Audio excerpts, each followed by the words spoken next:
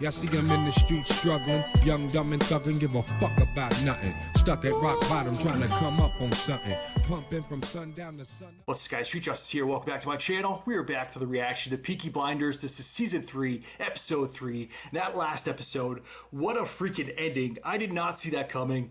Probably the most shocking moment in this entire series thus far. Grace went out with a bang. Holy shit. Yeah, if you really think about it, her tale, or the end of Grace's story, is actually pretty tragic, and it is sad because it seems like she was finally happy, she was now a parent, and this happens. I feel like that ending was more fitting for Thomas, but I guess if you're affiliated with someone, even if you're not necessarily completely involved in the criminal underworld or being a gangster, just being affiliated with someone puts your life at risk, it puts your family in danger, as we saw. But how is Thomas going to react to that? If you guys are looking for my full reactions to the show, the link to my Patreon is down in the description below. If you're not already subscribed to the channel, now's a very good time to click that button down below. Smash the like button while you're there. With that said, let's jump right in. Let's check it out. Let's go. Was he out there all night? Every night since the funeral. Comes back in the morning to see Charles and feed the horses, and when it gets dark, he goes off again. It's his way of grieving, just focused on business. The council have suggested naming the new school the Gross Shelby Institute. Tell the council the name Grace Shelby Institute is acceptable to us. You could tell, especially with Polly, she wants to comfort him so bad, but he's gonna push back. Yeah.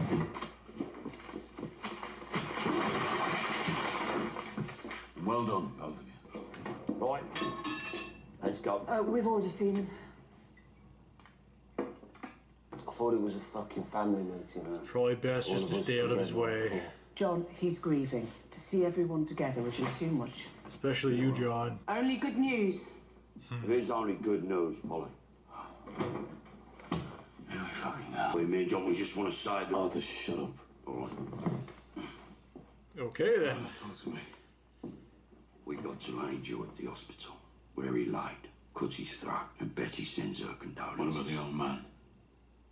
We interrogated his boys. He went to Liverpool. He's waiting for an immigrant ship to New York. You pick him up and you bring him to me. His wife. So shoot her and bring him to me. Yo. You saw him before us. John. On that. Wait, what did you say? You saw Michael before us. God's sake, John. Legitimate business. Since when? My fucking wife! Took a bullet meant for me! We're a couple of fucking toy soldiers. John's Do gonna get this, hit. John, do that, John. Kill your fucking teacher, John! The thing I don't like about John stepping up to Tommy is John's responsible for all this happening right now. Family meetings used to be all of us. Together. Arthur, shut up. Now me and John, we just fucking bin men. Conflict from within. Shangreta. That's the last thing they need. Fuck off, Arthur. Fuck you just say to me. Oh. What the fuck did you just say? So I didn't fucking hear it right. Fucking pheasant. There you go. You can't say things like that. Now look what you've done. Thomas, John. Swear to God he's in a wagon with Johnny Dogs.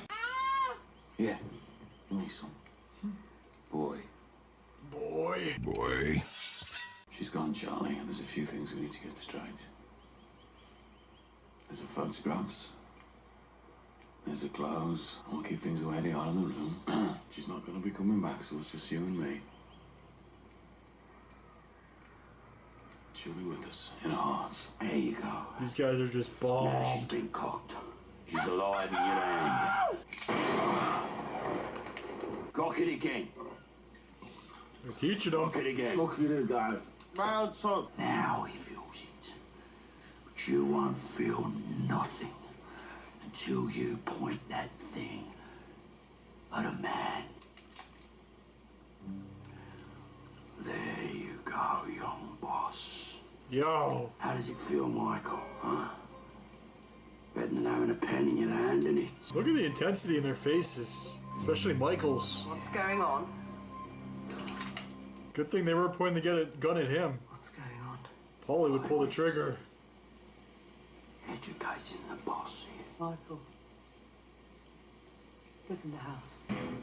I'm not a fucking kid anymore. Thank you for your time, Adam Boswell.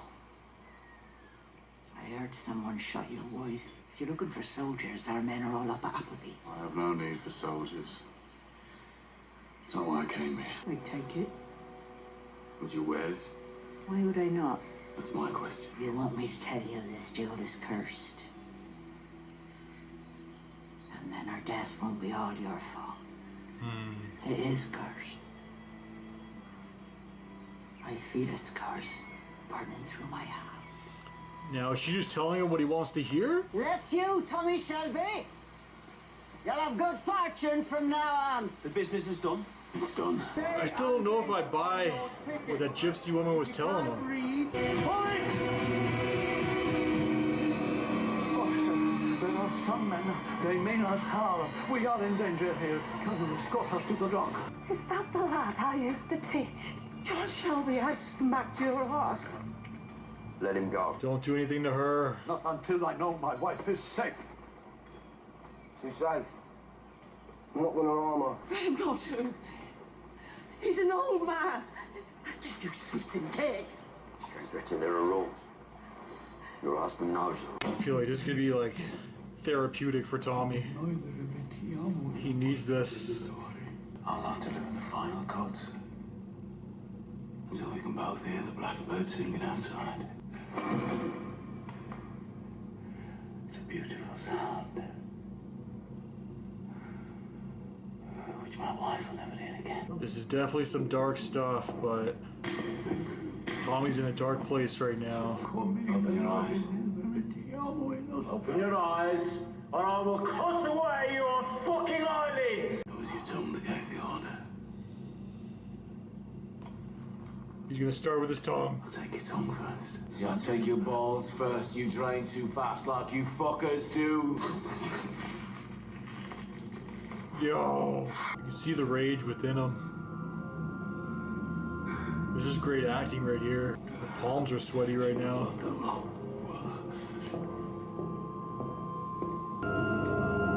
I forget who I am. I'm a blinder. I'll take your fucking eyes first! I Arthur! heard the blackbird sing. And my daddy's wife bought the immigrant ship to New York. Don't tell him there's a blade in his hand. Tommy needed this. It's probably for the best, though. Did you do what was on your list, Edna? You and your fucking lists. I spoke to an old friend of Freddie's. He's a Communist Party candidate for Balsall Heath. He said he'd heard the Soviet embassy was getting information from the inside. And? Did you get a name? Just promise me no one will get killed. Ada. Oh. It'll be me, or John, or Arthur, who gets killed if you don't give me the fucking name. James Monkland. He's a Lloyd's underwriter. He's got an office on Curzon Street. You've been passing information about a robbery at the Lanchester factory in Spartanbrook. Are you Tommy Shelby? You already know. The person in the organisation who's giving you information. Give me the name of the informant. Mr. Shelby. They are very, very dangerous people. Well, fortunately so are we. You have to choose who you're more afraid of. The Peaky Blinders at exactly 11:43 or Section D at some point in the future. I was going to wait until you had a strong cup of tea in your hand. Come on then. But, I'm going to have a baby, Arthur. She's pregnant? Arthur's gonna be a father? Arthur, you got wire on the fucking cork. Give it in. Bastard. They better be happy for him. Gentlemen, Linda is up to Swanee. I'm gonna be a fucking dad. Fuck off. Knew you had it in you. Be happy, Tommy. had it in him. September, she reckons. Goodbye, Arthur. I've a meeting I have to go to. Yeah, of course you do. Congratulations. On me, Dad. Proud of you.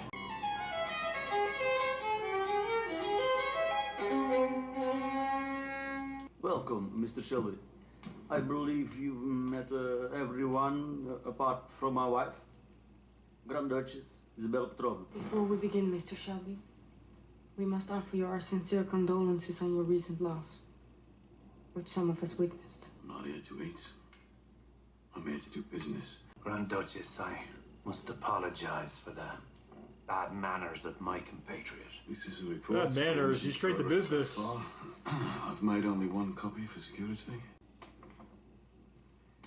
Mr. Shelby, while we eat. This is the amount of extra expense for trucks and fuels. Things seem to be going pretty smoothly so far. We'll see how the actual heist goes, though. But of course, Mr. Shelby.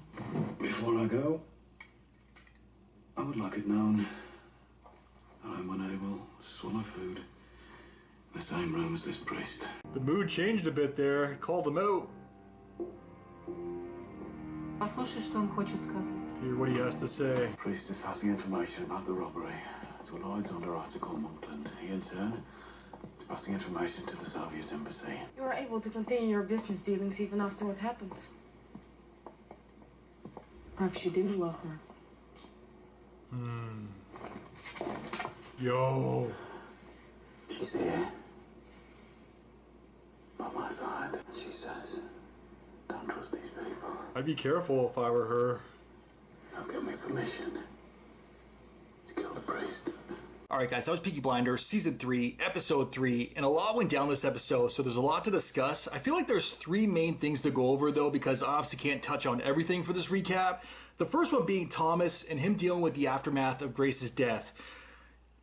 After what took place in episode 2, I'm still shocked. I still can't believe it actually happened. So yeah, we'll get to that. Don't worry. Number 2, Arthur actually becoming a father, or at least finding out that he's going to be a father. And then number 3 is the Italian. I think it was Changrietta or something like that. And the old man being dealt with. But let's start at the very top. Let's start at the very beginning. And that's Thomas, because he's in a rough place, man. Obviously, he's a criminal. He's a gangster. Like, it comes with the territory, this type of stuff, but I always feel like there's a type of respect that should be shown in these cases. Like, you don't touch the wife or the children. I guess there aren't any real rules with it, but I just felt like there was some mutual respect that has to be shown when dealing with these gangs and whatnot, but I guess not. So yeah, we learned this episode that he hasn't been handling it well, as expected. He's been pretty much going out every single night on his own into like the woods or the farmland, just sitting there by a fire and just grieving, I guess, just balling up a little bit, or maybe he is letting it out with some alcohol, who knows. Maybe he's screaming in the middle of the night,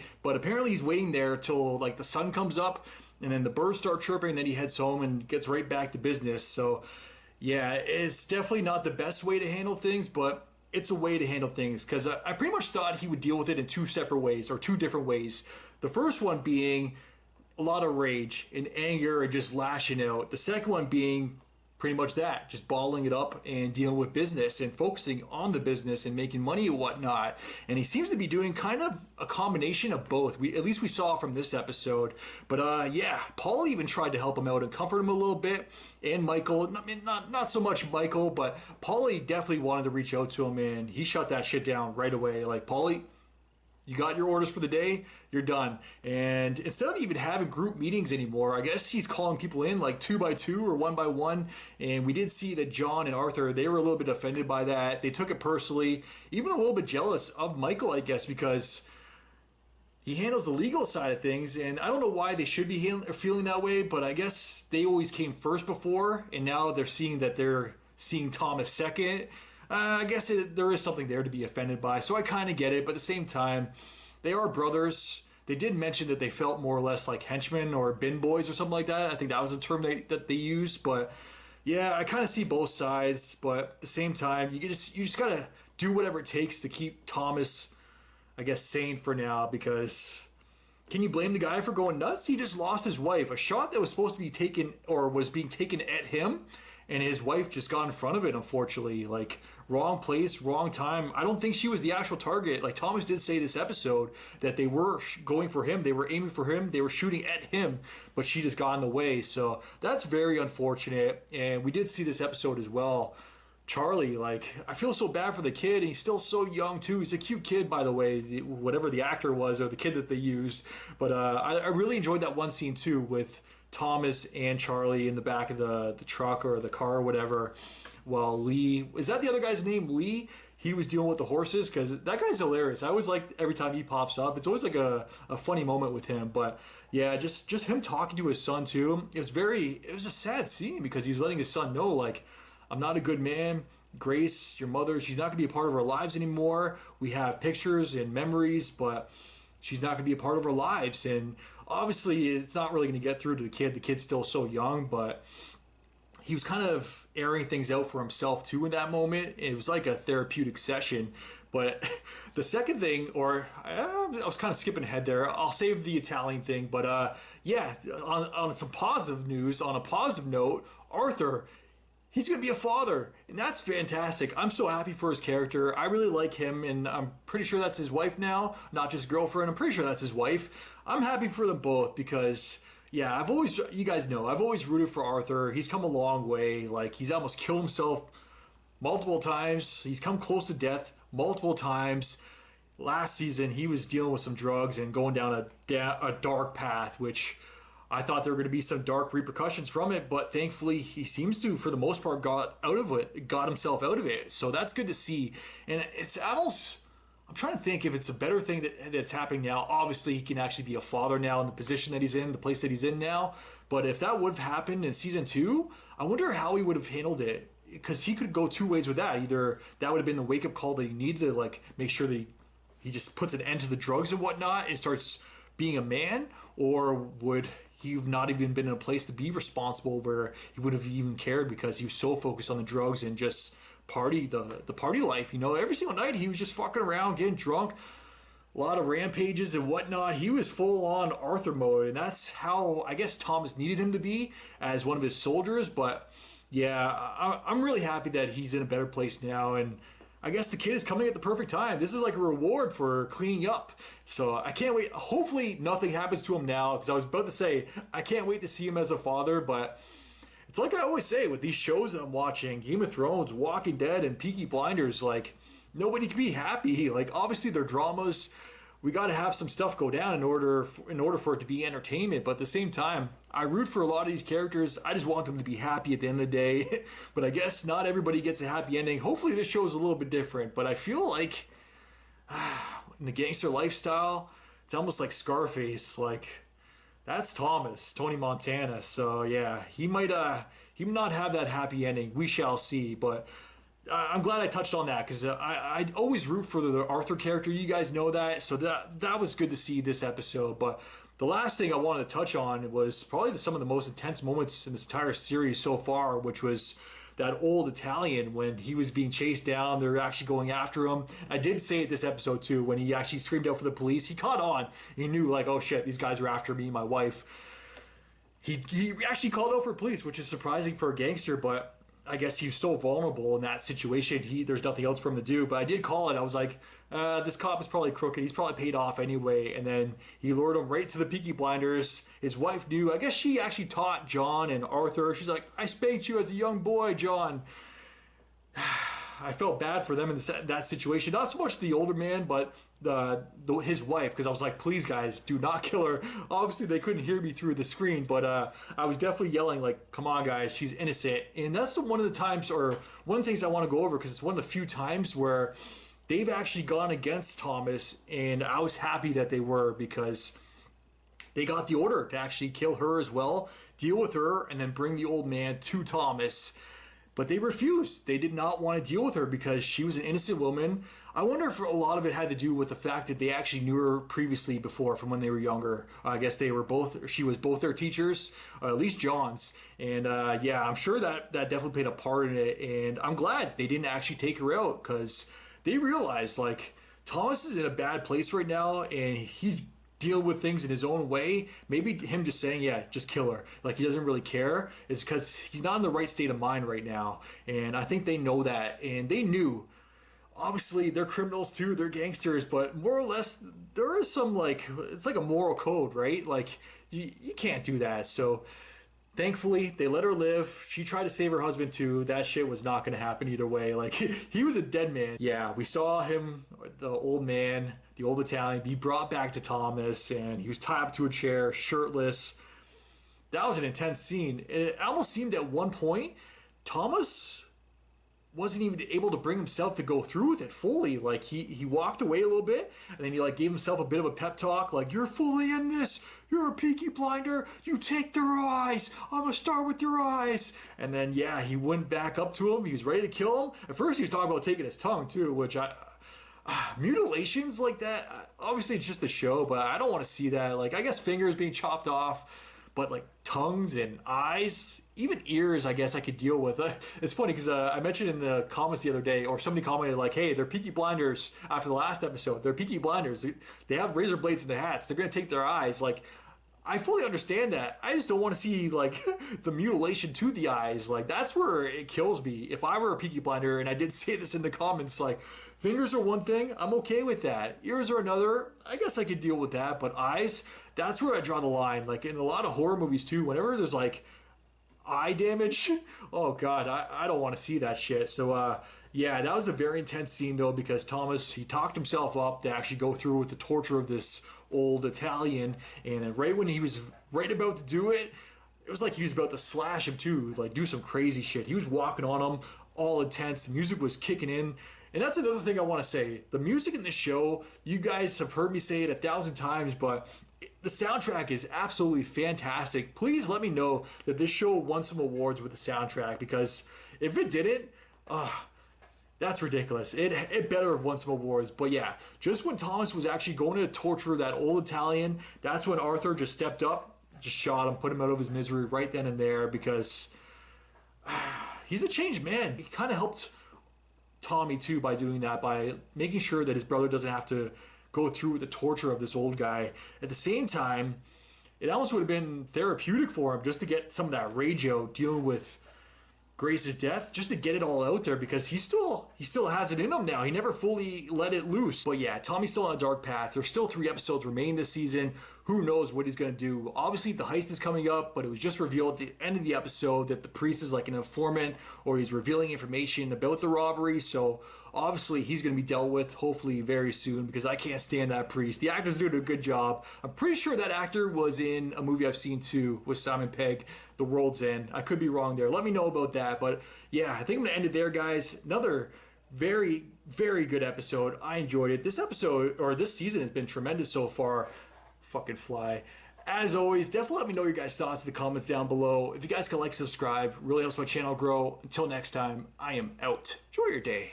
Peace. Well, I didn't smoke enough for you, didn't drink enough for you, wasn't full enough for you, wasn't good enough for you, then you play me like a yo-yo and shit. Well, I'm not the one to be